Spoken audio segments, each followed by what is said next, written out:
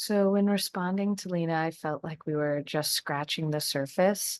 One area that she mentioned was this sense of invisibility, which is really striking because the question that had been asked was where she feels the strongest support. And her initial response is to kind of talk about the lack. Um, and so, to me, this kind of furthers my questioning to want to know, especially because the invisibility centers around being a Muslim queer woman. Has she explored those spaces before?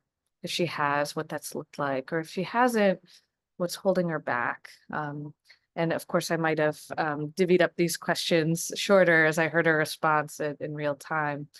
But really just thinking about what that space looks like for her, because it's possible she has explored it before, and this was another place in which she felt invisible. It's also possible that there are things holding her back from exploring this community, or potentially no interest at all.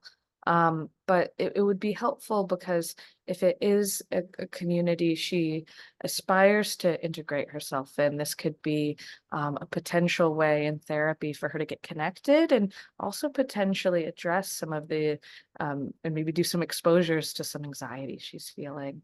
Um, the other piece too that I asked about was in really trying to get at, in her faith, when does she feel seen? Are there certain times in her faith, certain moments when she is talking to Allah that she feels seen? And how does that, and as she answered, we kind of see how that feels separate. And when does it feel different where she feels unseen? Is that part of her personal religious experience because of her feeling like her identity is not noted and what that means?